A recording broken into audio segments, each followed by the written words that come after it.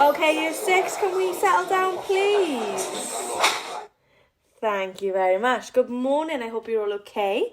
Now, today we will be learning about the transition from primary to secondary school. But before we start, does anyone have any questions? Miss, what is a transition? Of course, Abbie, that is a great question. And of course, we want to make it clear what a transition is. Evans, Borello and Field state that a transition from primary to secondary education is a normative event for most children around the world, which occurs typically in adolescence. Here in the UK, when you finish year 6, at the age of around 11, you leave your usually small primary school and move on to a much bigger secondary school to start year 7. So does anyone know why the transition is so important? Miss, I know. According to Hewett 2013, the transition is important as it moves young people from a small, self-contained classroom to a large, more heterogeneous school, with increased expectation of independent academic performance and less teachers scaffolding. It could be argued that the transition from primary to secondary school is a critical stage in a child's life, not only in their education but in their personal lives too. High in 2007 backs this argument by stating that this stage is a crucial period of cognitive, psychosocial and emotional transformations in an adolescent's life. Well done, Millie, amazing. So today now, class, we've got an amazing presentation prepared by a couple of students at Cardiff Met. I'll hand over to them. Good morning, Year 6. My name is Millie. My name's Abbie. My name's Bethany. My name's Daniel. My name's Katie. Today, we have chosen to discuss how this transition is significant in a child's education and how it will enhance their learning.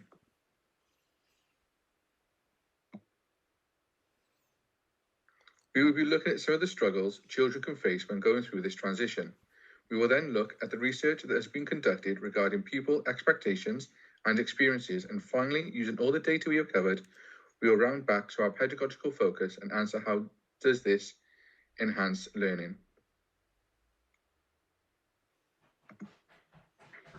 When we go through this part of their life, there are many struggles that pupils can face. In this section, we'll be looking how transition can affect children's mental health, seeing how transitions affect children with disabilities, and we're also looking at the issues surrounding the communication between primary and secondary schools. The children transitioning from primary school to comprehensive can be dealing with a lot of stress and anxiety from the forthcoming moment of changing schools. Zedek argues that the transition from primary school to secondary school is one of the most stressful events in a young person's educational life. We as a group have conducted research to see how some of the children in Year 6 are feeling about the impending transition. One Year 6 student said he was worried because he doesn't want to be bullied. When asked why, he expressed his fear by talking about his brother's experience moving to secondary comprehensive. He explained that the children were mean to his brother, and so it has made him anxious that the same thing will happen to him. After speaking with the headmaster, he explained that since the pupil knew of his brother's issues in school, it has affected his attendance and feels like if the student had more of an opportunity to experience the school, then it wouldn't be so daunted and fearful for him. The headmaster expressed concerns for the children due to the lack of interaction being able to have with the new school due to the COVID-19 pandemic. He explained that as a small village primary school, they often take 3 to 4 trips a year to the local comprehensive. However, due to the pandemic, they've been unable to provide this opportunity, and it has resulted in only one day taking place. This means that the full experience of the taster days that under normal circumstances would have been done has greatly disadvantaged students and has impacted their transition. Ashton 2008 states that in helping students allay their fear of the unknown, schools need to ensure that they are given a realistic picture of what to expect. Having these taster day allows children to have the opportunity to experience what it will be like when they attend comprehensive school. Since they have not had this opportunity to undertake these taster days, it is a negative impact in their learning. Children's transition from primary school to comprehensive school needs to be smooth for their education to be happy and full of learning. When transitioning to a secondary school, it can be a nerve-wracking enough. When transitioning to a secondary school with disability, There are more factors which must be considered and questions that may overwhelm children. According to the Global Disability Summit, more than half of the 65 million children with disabilities in low and middle income countries are not in school. Every child who has a disability has the right to an education, but there are many children across the UK and the world who have disabilities who are not in education because they do not have access to school which is accessible to them. I was in the situation personally when I was in primary school. I was denied access to school for over 6 months because there was no adaptations made to the school in order to make it accessible. The council refused to make adaptations. My parents were forced to agree and pay to do all the work for the adaptations for me to attend school. It is natural for a child to feel anxious when they move to a secondary school. For a child with any sort of disability, they will feel like there is a higher chance of them feeling more anxious to make friends. According to research by Young Minds 2021, mental health problems may be worsened for those with greater support needs. This must be monitored by professionals to ensure that every child gets support they need to prevent more mental health problems for children with disabilities.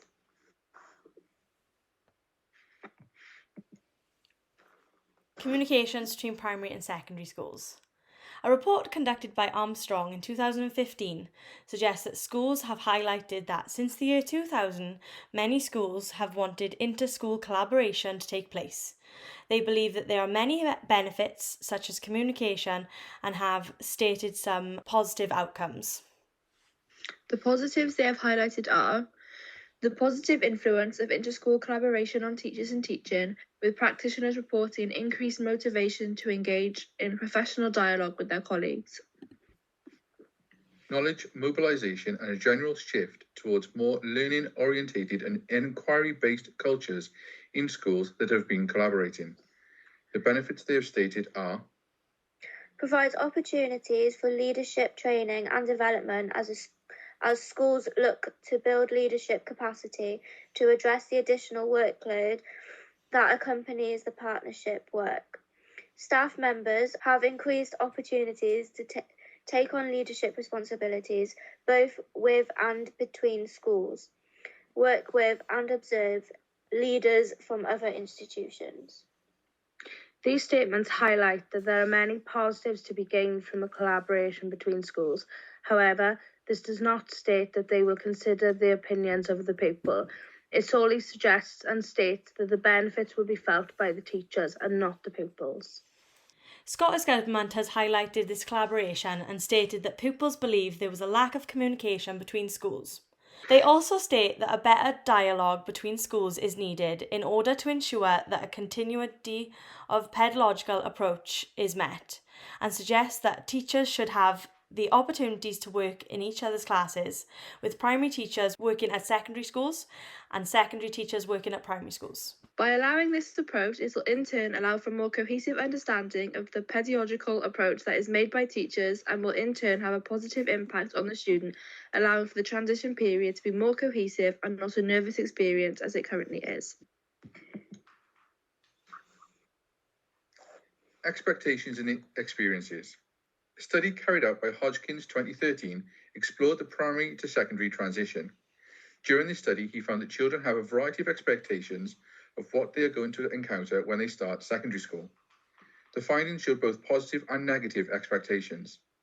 The research also looked at how those expectations matched up when compared to their actual experiences once they had started secondary school, and again highlighted both positive and negative experiences that they had encountered. So what are the expectations that research highlighted? Looking through Hodgkin's 2013 report, we can see that children had many different expectations when thinking about their forthcoming transition to secondary school. The research conducted by Hodgkin's 2013 suggests that children overall have a positive attitude to what they are going to be undertaking and look forward to the transition. However, there have been many negative findings from the research as well as the positives. These findings further highlight that a transition between educational settings is still a daunting to a child when they are preparing to undertake the transition. Here shows the perceptions the students had prior to attending to the secondary school. When the children transitioned into secondary school, some of those expectations that they previously had were dispelled. It became apparent that the experiences they had were far from what they expected. The general findings of what students experienced were making new friends, growing up, general feelings of being happy, excited, and nervous, and the homework overload. These experiences were made both prior to secondary school and when they started secondary school. The research highlights the negatives that were apparent from the children when they don't like to be considered as young and the homework overload, which was stated in Hodgkin's work in 2013. This was clear in the expectations of the child prior to joining secondary school and is still apparent once they have started secondary school. The findings further show that children were more concerned with academia. However, it is only when social issues have been resolved that the emphasis is then switched. The academia comes to the forefront of the pupil's thoughts. To highlight these issues, here is a video of a previous Year 6 student who has recently transitioned to secondary school, highlighting his expectations and experiences that he has encountered. Asking a new Year 7 what they thought about the transition and seeing what their experiences were like versus their expectations. How did you find the transition as a whole? Overall, it was good, but quite scary. Do you remember how you felt in Year 6? Were you scared, excited? I didn't really think much of it. I didn't think it was going to be that bad. Did you have an open day? Was it helpful, or would it have been if you had one? We didn't have one because of COVID-19. I think it would have been helpful. I could have found my way around a lot easier. If you could change something about the transition into high school, what would it be? We could have an open day. The teachers could prepare us better and not baby us. How are you finding Year 7? Is it better or worse than Year 6? Teacher-wise, it is worse. Primary teachers were nicer. Learning is better as you experience more things and it's a key time in your life. Is the work a lot harder in Year 7 compared to Year 6? Yeah, we're learning about bloody pie. Homework is a lot harder and more frequent. They're very strict on uniform. We have sanctions if it's not correct.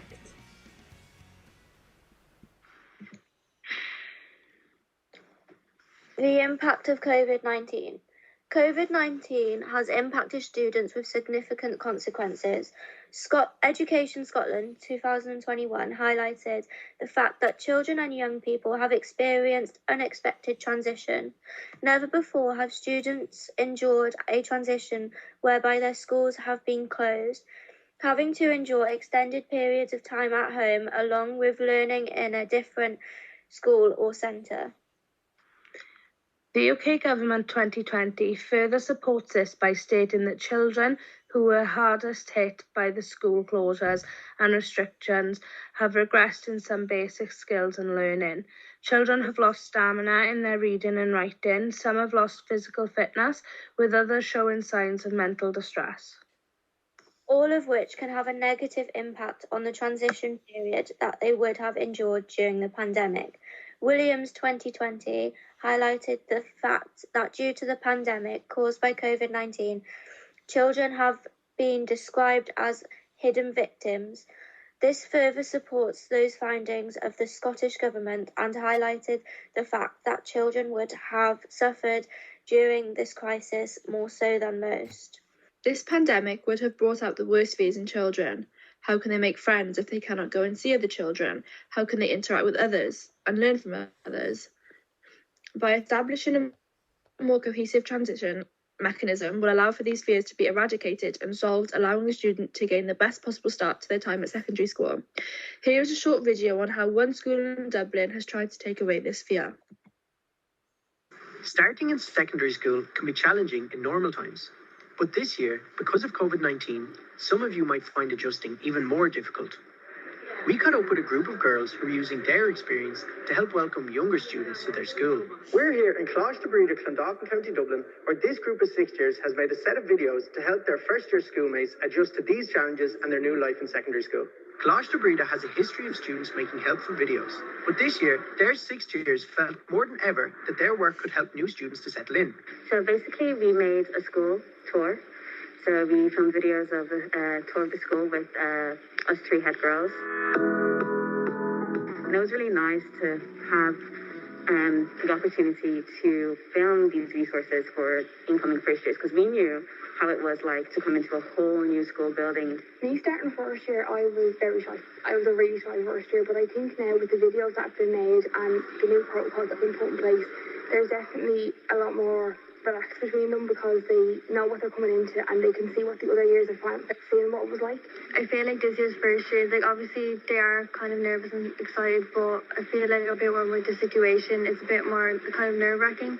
But I feel like what the school is doing by like helping out the whole protocol and the training and stuff they're doing, I feel like it really helped the first year. The experienced sixth-year students reminded their new schoolmates that while starting school can make some people feel uncomfortable, there's always support. Everyone feels a bit nervous at the start, but if you feel anxious about starting in the new school or going back during COVID-19, you should reach out to a trusted adult. Now, back to class, girls. After watching that video, we can see that the school in Dublin has taken the pandemic into consideration and come up with ways to ease the transition for Year 6, which is what all schools should be doing. When it comes to how this transition period can have a positive impact and enhance the learning of the student, the 5 bridges, as stated by Galton in 1999, should be considered and therefore made paramount for this period. Those bridges are as follows. The social and emotional bridge, which involves friendships and relationships. During this bridge, students that are transitioning to the same secondary school should be given the option to form social connections. Having this opportunity will help them relieve the issues surrounding making new friends. As Freud 2020 suggests, this is one of the fears the children suffer with at transition time. Within this, it also is considered of forming relationships with the teachers at secondary school would also aid the transition period. By doing this, it will relieve any stigma surrounding what the teachers are going to be like, and it gives them the opportunity to meet them prior to starting in the secondary school. The bureaucratic bridge, liaison between schools. During this bridge, it is suggested that all schools allow students to attend the secondary school along with those that are transitioning to the same school, to experience the environment that they are going to be attending in the new academic year will further allow for the transition period to be smooth, with the hope of enhancing learning when they get to secondary school. The curriculum bridge. Joint projects or summer schools during this bridge, the schools could work together with the aim that they have projects designed to give children the opportunity to experience the work at a secondary school level. The pedagogy bridge, teaching styles. During this bridge, teaching from both primary school and secondary school are given the opportunity to work in each other's setting. By allowing this, it will give teachers an insight to how the setting differs and what can be done to ensure students do not feel like there is a massive difference between settings. The management bridge, the learning styles. During this stage, teachers should be given the opportunity to meet the children in their primary setting and observing how they learn during subjects. By allowing this opportunity will help the secondary school teachers understand the children they will be teaching in the new academic year and giving them an insight into how each student learns best. Ashton 2008 suggests in a way which this transition can be improved is to listen to student voices. By allowing the students to have a voice provides valuable resource to improving the transition. Ashton further highlighted those relationships are key in ensuring the transition is smooth. By having meetings with the school they are transitioning to will provide them with the opportunity for the students to form those relationships. Ashton 2008 reports some of the findings from the children as ways to improve transition included looking at timetables, working with a partner in Year 7, 3-day or a week induction. It would be helpful to meet the secondary school teacher in the primary school, visit high schools during lessons, old friends and teacher can come visit, want to know what sets they're in, and like to know about schedules, rules, and more than one induction day. If a school worked with their students and listened to their voices through student voice, then these fears and issues would be resolved and therefore lead to more cohesive transition and allow the learners to experience be enhanced rather than hindered. So in closing, a transition from primary to secondary education is the most important stage of a child's educational experience, taken from Rice et al. 2021. This is where they encounter the fear of the unknown and possible rumours from their peers about what to expect. Students also get told about experiences from their family members and other children they come into contact with, all of which pass on the issues they experienced. Whether these were positive or negative, they still have an impact in how children will feel when transitioning to secondary education. In our opinion, it is down to the education government ministers and local authorities to establish a more cohesive plan that will allow pupils to have a more smooth and cohesive transition that will enable them to get the best possible start to secondary school and to enhance their learning. Thank you so much for watching, Year 6. We hope this has helped you with your preparation for the transition. Here are our references. And part 2. Well, class, wasn't that just amazing? I hope you're all feeling better about the transition. Welcome to the new curriculum of 2021.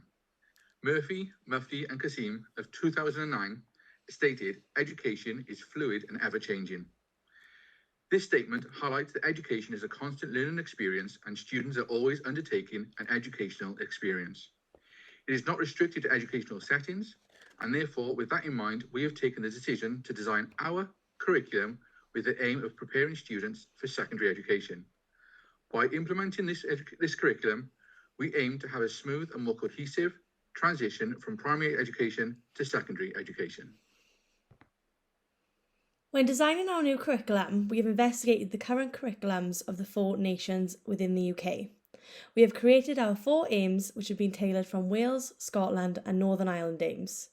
When looking at England's curriculum, we decided it was too traditional to integrate into our new and child-focused curriculum.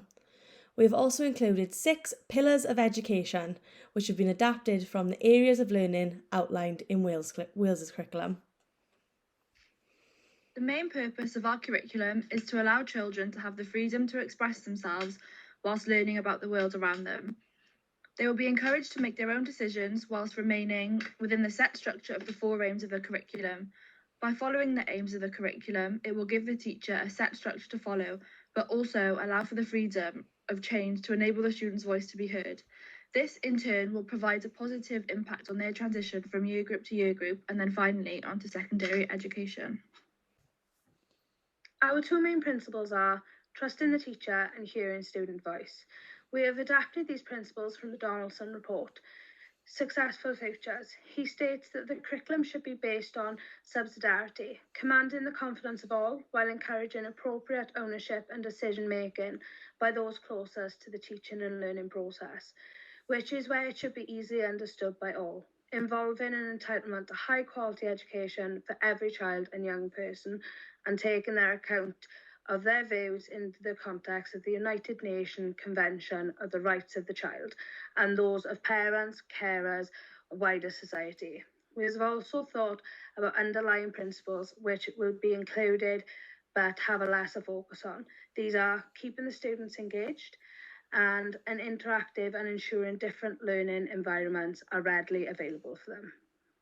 There are the 4 aims of our new curriculum. We adapted these from Welsh, Scottish and Northern Ireland governments.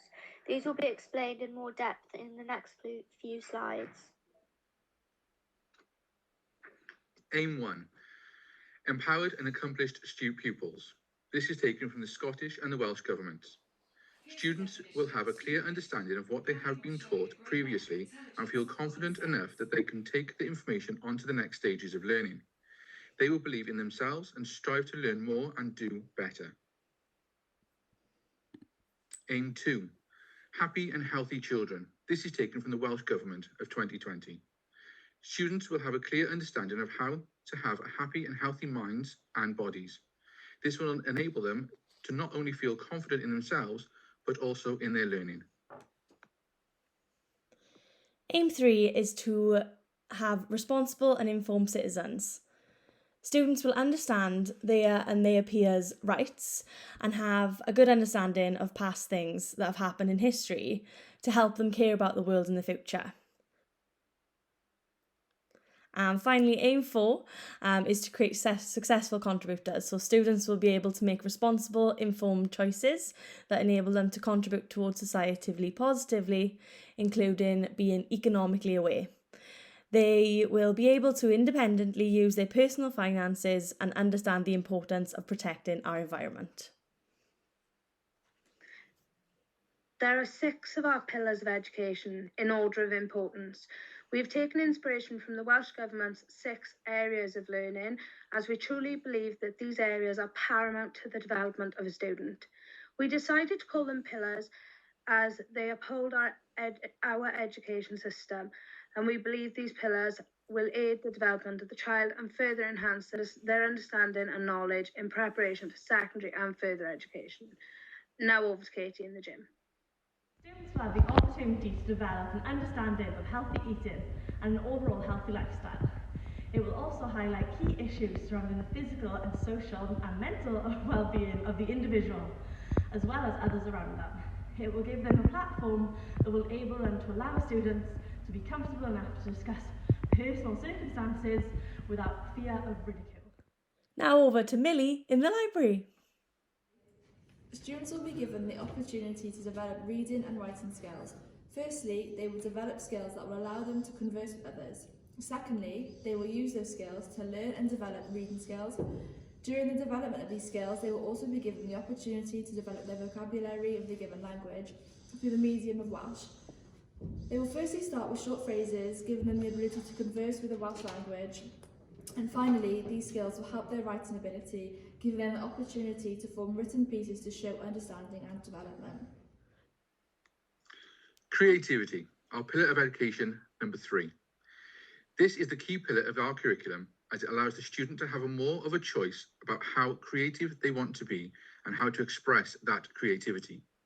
Although the teachers will have a guideline for them to follow, students can use those guidelines to adapt to their learning style and cater to their preferences. Our 4th pillar is maths and numeracy. Students will have the opportunity to develop key skills such as using numbers, recognizing shapes and gathering data. They will learn the basic skills such as addition, subtraction, multiplication and division in order to highlight how they are used in day-to-day mathematical situations. This will give them the ability to progress into using them into real-life situations. Our 5th pillar is humanities. Humanities will focus on developing world. It will cover historical events, allowing pupils to develop an understanding of events that have changed the world.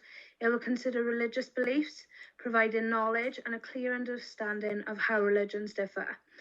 They will be able to appreciate and acknowledge the religions, but will not be focusing on just one throughout their school life. The geography lessons will provide the students with the opportunity to develop an understanding of difficult cultures around the world. It will allow them to appreciate these cultures whilst respecting their differences in some way. It will also explore the use of politics and how it has influenced change, and provide the opportunity to understand why change was needed and the consequences that may arise from it. Now over to Dan in the lab. Through science, students will have the opportunity to develop knowledge and understanding of the world around them, developing knowledge of nature and living things and how those living things work. Science must include the topic of forces. This will help to develop knowledge of such things like gravity, which is something that we cannot see but influences us. This primarily will be done through the subjects of biology, but also touch on other subjects such as chemistry, physics. Through the teaching of computer technology, students will have the ability to develop problem-solving skills and will gain an understanding of how technology works. Cross-curricular subjects. We have taken ideas from the current Welsh curriculum and adapted them to suit our new curriculum. The Welsh curriculum outlines that literacy, numeracy and digital competency should be mandatory skills across all areas of learning, and these will be incorporated and considered in the new curriculum design. As well as these skills, we will also include Welsh as a second language in all subject and age groups. This could be as simple as words or small phrases, eventually building up to full sentences with age progression. We believe that Welsh as a second language is important because, as Jeffers states, it upholds the culture of the Welsh language and therefore secures the provision. By Jeffers stating this, we believe that upholding the value of the Welsh language is of importance and therefore have included it in our cross-curricular topic within our curriculum. Our curriculum will be structured like that of the Scottish Government. Students will be placed in groups based on their age rather than their abilities. Those that require additional support will still gain this support within these groups. We have decided to split them up by age groups rather than abilities due to the fear of the students being ridiculed and not learning to their highest potential because of this. This approach has been adopted to ensure that all students learn to their highest potential.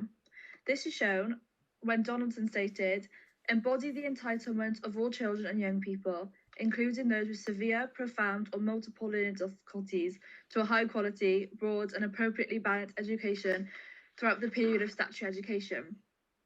We have taken this into consideration and therefore based our curriculum on these ideas. When it comes to how children learn best, it can be argued that a combination of both class and outdoor learning have the ability to enhance understanding and knowledge surrounding the topic. Northern Ireland curriculum sets out the belief that children enjoy indoor and outdoor activities, giving them the opportunity to explore a sense of fun and success. It also is believed that it can help to enhance emotional development of children through the option to express themselves by shouting, running, and the ability to run free. The Scottish Government believes that outdoor learning can benefit students by providing learning in a less structured environment.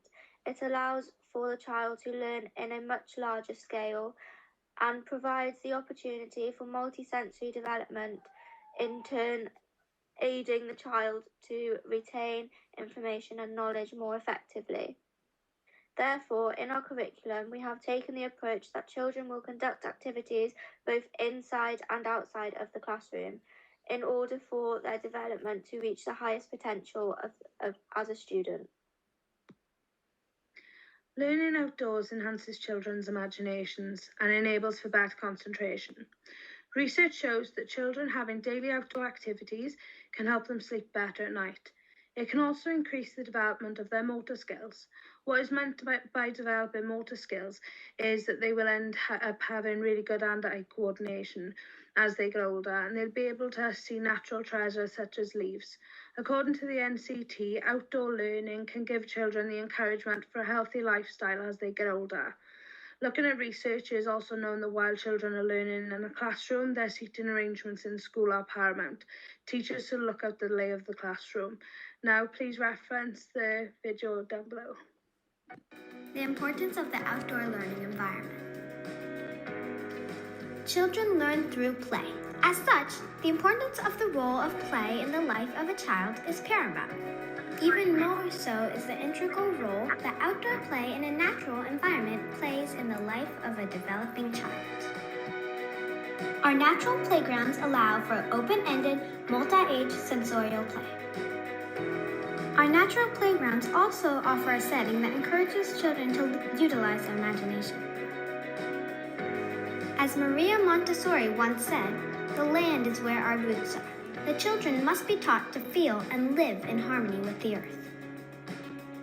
Westside Montessori values the outdoor learning environment. Our campus has 37 acres for children to discover, including nearly a mile of natural walking trails.